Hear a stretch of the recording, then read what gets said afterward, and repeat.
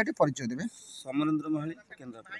ଭାଇ ଆପଣ ଯେଉଁ ଆସିଥିଲେ ହୁକିଟୋଲା ବୁଲି ଦେଖିଲେ ଏବଂ ହୁକିଟୋଲାର କ'ଣ ରହିଛି ଐତିହାସିକ ତଥ୍ୟ ସେ ବିଷୟ ଟିକେ କୁହନ୍ତୁ। ଦେଖନ୍ତୁ ଓଡ଼ିଶାର ଯେଉଁ ପରମ୍ପରା ରହିଛି ନୌବାଣିଜ୍ୟ ପରମ୍ପରା ବେଶ ଆଗରୁ ରହିଛି। ଆମ ପରମ୍ପରା ପାଇଁ ଆମେ ବାଲିଯାତ୍ରା ପାଳନ କରୁଛୁ ଆପଣମାନେ ଜାଣିଥିବେ। କିନ୍ତୁ ତାପରେ ଆଉ ଦୁଇ ପାଦକୁ ଆଗେଇଛି ଯେତେବେଳେ ଓଡ଼ିଶା ନୌବାଣିଜ୍ୟ ପରମ୍ପରା ଏଠି ବ୍ରିଟିଶ ଶାସନ ସମୟରେ ଏଠି ପ୍ରତିଷ୍ଠା କରାଯାଇଥିଲା। ଏଇଟା ବିଶେଷ କରି ହେଉଛି ମହାନଦୀ ମୁହାଣ ମୁହଁରେ ଏଇ ଯେଉଁ ଆଇଲ୍ୟାଣ୍ଡଟା ରହିଛି ବା ଦ୍ୱୀପଟା ରହିଛି ଏଠାରେ ହୁକିଟୋଲା ବୋଲି ଗୋଟେ ବିଶାଳ ପ୍ରସାଦ ରହିଛି ଯାହାକୁ କଷ୍ଟମ ହାଉସ୍ କୁହାଯାଏ ବା ପଣ୍ୟଗାର କୁହାଯାଏ।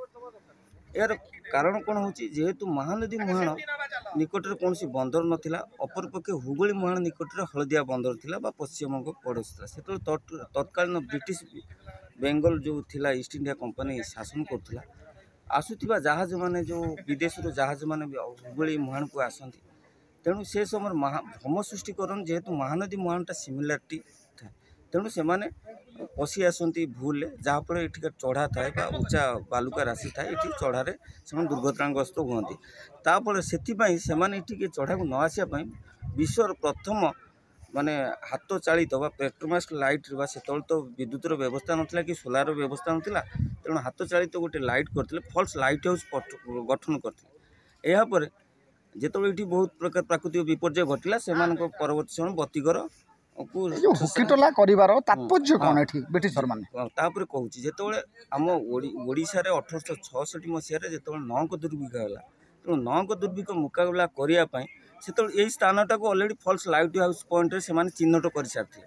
ତତ୍କାଳୀନ ଯିଏ ଥିଲେ ମାର୍କ ଫର୍ସନ୍, ଆମ କମିଶନର ଥିଲେ ରାଜ୍ୟର ରେଭେନ୍ସା ସାହେବ, ଆଉ ସେତେବେଳେ ଯିଏ ଓଡ଼ିଶାର ଯିଏ ଯନ୍ତ୍ରୀ ଥିଲେ ମୁଖ୍ୟ ଯନ୍ତ୍ରୀ ଜଳ ସମ୍ପଦ ବିଭାଗର ଯିଏ ଥିଲେ ହୁକି ୱାର୍କର। ତେଣୁ ହୁକି ୱାର୍କର ଜଣେ କବି ଥିଲେ, ଗୋଟେ ମେଳାବୀ ଥିଲେ। ତେଣୁ ସିଏ ଚାହିଁଥିଲେ ଯେ ଏଇଠି ମୁଁ ଶୀଘ୍ର ଗୋଟେ କଷ୍ଟମ ହାଉସ୍ କରିଦେଇ ପାରିବି, ଆଉ କଷ୍ଟମ ହାଉସ୍ କଲେ ଆଉ ନଅଙ୍କ ଦୁର୍ଭିକ୍ଷ ମୁକାବିଲା କରିବା ପାଇଁ ଏଇଟା ତିଆରି କରାଯାଇଥିଲା। କାରଣ ଏଠି ବଡ଼ ବଡ଼ ବୋଟ୍ରୁ ବିଦେଶରୁ ଆସିଥାନ୍ତି ଜାହାଜମାନେ, ତାପରେ ଏଠୁ ଛୋଟ ବୋଟ୍ରେ କଟକ ଯାଇ ଯାହା ଓଡ଼ିଶାରେ ମୁକାବିଲା କରିପାରିଥିଲା ନଅଙ୍କ ଦୁର୍ଭିକ୍ଷ। ଇଏ ଗୋଟିଏ ନୌବାଣିଜ୍ୟର ପରମ୍ପରା। ଆଜି ବର୍ତ୍ତମାନ ଏଇ ଯେଉଁ ହୁକିଟୋଲା ଅଞ୍ଚଳ ଯାଉଛି ବିଶେଷ କରି ପୁଣି ଗହିରୀମଥା ସେଞ୍ଚୁରୀ ଏରିଆ ଭିତରେ ଯାଉଛି। କିନ୍ତୁ ଏଇ ଯେଉଁ ବିଶାଳକାୟ ପ୍ରାଚୀର ବା ସେ ସମୟରେ ଟେକ୍ନୋଲୋଜି ଦେଖିବା ପାଇଁ ଦୂର ଦୂରାନ୍ତରୁ ହଜାର ହଜାର ଲୋକମାନେ ପର୍ଯ୍ୟଟକ ଆସିଥାନ୍ତି। ଆଉ ବିଶେଷ କରି ଏଇ ଯେଉଁ ରହିଛି ମ୍ୟାଙ୍ଗ୍ରୋଭ୍ ଫରେଷ୍ଟ ରହିଛି ବା ପ୍ରକୃତିର ହେନ୍ତାଳ ମାନେ ପ୍ରକୃତିର ଗ୍ରନ୍ଥାଗାର ରହିଛି, ଏଇ ଗ୍ରନ୍ଥାଗାର ଲୋକମାନଙ୍କୁ ଆକୃଷ୍ଟ କରିଥାନ୍ତି। ଏଠି ବିଶେଷ କରି ହରିଣ, ବାରହା, କୁମ୍ଭୀରକୁ ଲୋକ ସିଧାସଳଖ ଦେଖିପାରନ୍ତି, ବହୁତ ଆନନ୍ଦ ନିଅନ୍ତି ଆଉ ଜଳଯାତ୍ରା କରି ବେଶ ମଜା ଉପଭୋଗ କରନ୍ତି। ତେଣୁ ହୁକିଟୋଲା ବର୍ତ୍ତମାନ ଏକ ପ୍ରକାର ଗୋଟେ ପର୍ଯ୍ୟଟନ ସ୍ଥଳୀ ପାଲଟି ଯାଇଛି। ରାଜ୍ୟ ସରକାର ଯଦି ଏହାର ରକ୍ଷଣାବେକ୍ଷଣ ଆଉ ଟିକେ ଅଧିକ ତତ୍ପର ହୁଅନ୍ତେ, ଏ ଉନ୍ନତିକରଣ ହେଇପାରନ୍ତା ଡେଭଲପମେଣ୍ଟ କାର୍ଯ୍ୟ, ତାହେଲେ କ'ଣ କେମିତି ରଖିବେ ଦାବି? ଦେଖନ୍ତୁ ବର୍ତ୍ତମାନ ଯେହେତୁ ସେଞ୍ଚୁରୀ ଏରିଆ ଭିତରେ ଯାଉଛି, ଗହିରୀମଥା ସେଞ୍ଚୁରୀ ଏରିଆ ଭିତରେ ଯାଉଛି, ତେଣୁ ଏଇଟା ଗହିରୀମଥା ଯେ ରେଞ୍ଜ ରହିଛି ଆମର ସାସିନପେଟରେ ତା ଅଧୀନରେ ଯାଇଛି। ତେଣୁ ଏହାକୁ ଫରେଷ୍ଟ ବିଭାଗ ଏଇଖିଣା କାର୍ଯ୍ୟକାରୀ କରୁଛି। କିନ୍ତୁ ଆଉ ଟିକେ ବନ ବିଭାଗ ସହିତ ପର୍ଯ୍ୟଟନ ବିଭାଗ ମିଶିଲେ ବୋଟ୍ ଚଳାଚଳ ଜମ୍ବୁଠାରୁ ସିଧାସଳଖ ବୋଟ୍ ଚଳାଚଳ ଯଦି ହୁକିଟୋଲା ପର୍ଯ୍ୟନ୍ତ କରାଯାଇ ପାରନ୍ତା, ତାହେଲେ ଆହୁରି ପର୍ଯ୍ୟଟକମାନଙ୍କ ସଂଖ୍ୟା ବୃଦ୍ଧି ପାଆନ୍ତା। ଆଉ ଦ୍ୱିତୀୟ କଥା ଏଠିକାର ରାଜସ୍ୱ ବି ଆୟ ହୁଅନ୍ତା ରାଜ୍ୟ ସରକାରଙ୍କ। ମ୍ୟାଡ଼ାମ୍ ଟିକେ ପରିଚୟ ଦେବେ। ମୋ ନାଁ ହେଉଛି ରାକ୍ଷୀ ସରକାର, ମୁଁ ଆସିଛି ପାରାଦୀପ ବନ୍ଦରରୁ। ମ୍ୟାଡ଼ାମ୍ ଯେଉଁ ଆସିଥିଲେ ହୁକିଟୋଲା ବୁଲିବା ପାଇଁ, ଆଜ୍ଞା, କ'ଣ ଦେଖିଲେ ବୁଲିକି? ଏ ଯାଏଁ ବୁଲିନି, କେବଳ ଆସିକି ଏଠି ପହଞ୍ଚିଲି। କ'ଣ କ'ଣ ସବୁ ଅଛି ଆପଣ ଜମା ମୁଁ ଦେଖିନାହାନ୍ତି? ଆଗରୁ କେବେ ଆସିନି। କୋଉଥିରେ ଆପଣ ଆସିଥିଲେ? ମୁଁ ଡଙ୍ଗାରେ ଆସିଛି। କେତେ ଲୋକ ଆସିଛନ୍ତି? ଆମେ 9-10 ଜଣ। ଯେଉଁ ଆସିବାର ଏଠି କ'ଣ ଆଭିମୁଖ୍ୟ ଅଛି, ଆପଣ କାହିଁକି ଆସିଛନ୍ତି, କ'ଣ ଉଦ୍ଦେଶ୍ୟ? କେବେ ବି ଆସିନି, କିନ୍ତୁ ନୂଆ ଆସିଛି ତ ଟିକେ ବୁଲିବାଲିକି ଟିକେ ଦେଖିବା। କ'ଣଟା ଶୁଣିକିନା ଆସିଥିବ କ'ଣ ଏଇଠି ଅଛି ବୋଲି? ସୁନ୍ଦର ଜାଗାଟେ, ବ୍ରିଟିଶ ଘରଟେ ଅଛି, ଦେଖିବାକୁ ଆସିଛୁ। ଭଲ ଫ୍ୟାମିଲି ନେଇକି ଆସୁଛନ୍ତି? ଫ୍ୟାମିଲି ନେଇକି ଆସିଛୁ। ଆଜ୍ଞା ପରିଚୟ ଦେବେ। ମୋ ନାଁ ହେଉଛି ଦିଲ୍ଲୀପ ମଣ୍ଡଳ, ମୋ ଘର ହେଉଛି ପାରାଦୀପ ମୁସାଟିଆ ଆଇପ୍କ ପାଖରେ। ଆପଣ ଯେଉଁ ଆସିଛନ୍ତି ହୁକିଟୋଲା ବୁଲିବା ପାଇଁ ଫ୍ୟାମିଲି ନେଇକି ଆସୁଛନ୍ତି, କ'ଣ ବୁଲି ଦେଖିଲେ ଏବଂ କ'ଣ କ'ଣ ରହିଛି? ଏ ଜାଗା ବହୁତ ଭଲ, ବ୍ରିଟିଶ ପିରିୟଡ଼ରେ ଏ ଘର ହେଇଛି। ଏଠି ଗୋଟାଏ ଘର ଯେଉଁ ବ୍ରିଟିଶ ଘରଟା ହେଇଛି, ବାକି ଆମର ଯେଉଁ ଜମ୍ମୁ ପଞ୍ଚାୟତର ସେଠି ଗୋଟେ ବ୍ରିଟିଶ ଘର ହେଇଛି।